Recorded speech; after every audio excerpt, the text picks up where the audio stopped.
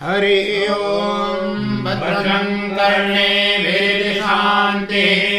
ॐ नमस्ते गणपतये त्वमेव प्रत्यक्षं तत्त्वमसि त्वमेव केवलं कर्तासि त्वमेव केवलं धर्तासि त्वमेव केवलं हर्तासि त्वमेव सर्वं खल्विदं ब्रह्मासि त्वं साक्षादात्मासि नित्यं ऋतं वच्मि सत्यं वच्मि अवत्वं माम् अववक्तारम् अवश्रोतारम् अवदातारम् अवधातारम् अवानूचानमवशिष्यम् अवपश्चातात् अवपुरस्तात् अवचोत्तरातात् अवदक्षिणातात् अवचोर्ध्वातात् अवाधरातात् सर्वतो मां पाहि पाहि समन्तात् त्वं वाङ्मयस्त्वं चिन्मयः त्वमानन्दमयस्त्वं ब्रह्ममयः त्वं सच्चिदानन्दाद्वितीयोऽसि त्वं प्रत्यक्षं ब्रह्मासि त्वं ज्ञानमयो विज्ञानमयोऽसि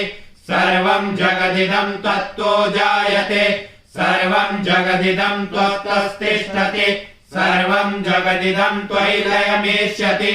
सर्वं जगदिदं त्वयि प्रत्येति त्वं भूमिरापो अनलो निलो नभः त्वं चत्वारि वाक्पदानि त्वं गुणत्रयातीतः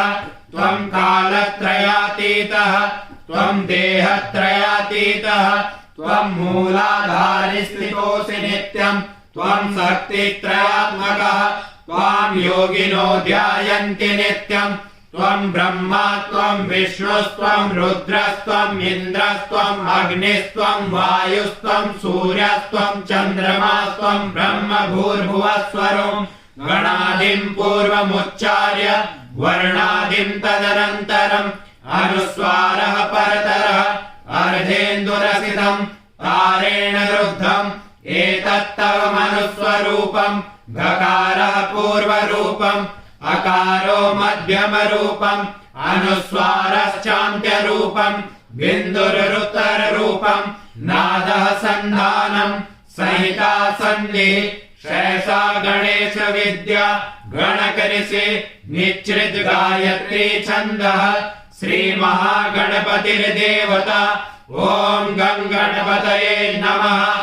एकदन्ताय विद्महे वक्रतुण्डाय धीमहि तन्नो दन्ती प्रचोदयात् एकदन्तं चतुर्हस्तं पाशमङ्कुशधारिणम् अभयं वरदं हस्ते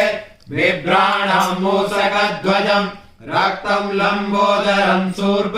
कर्णकं रक्तवाससं रक्तगन्धानुलिप्ताङ्गं रक्तपुष्पे सुपूजितं भक्तानुकम्पिनं देवं जगत्कारणमच्युतम् आविर्भूतं च सृष्ट्यादौ प्रकृतेः पुरुषात्मनम् एवं ध्यायति यो नित्यं स योगी योगिनां वर नमो व्रातपतये नमो गणपतये नमः प्रमथपतये नमस्तेऽस्तु लम्बोदराय एकदन्ताय विघ्नविनाशिने शिवसुताय श्रीवरदमूर्तये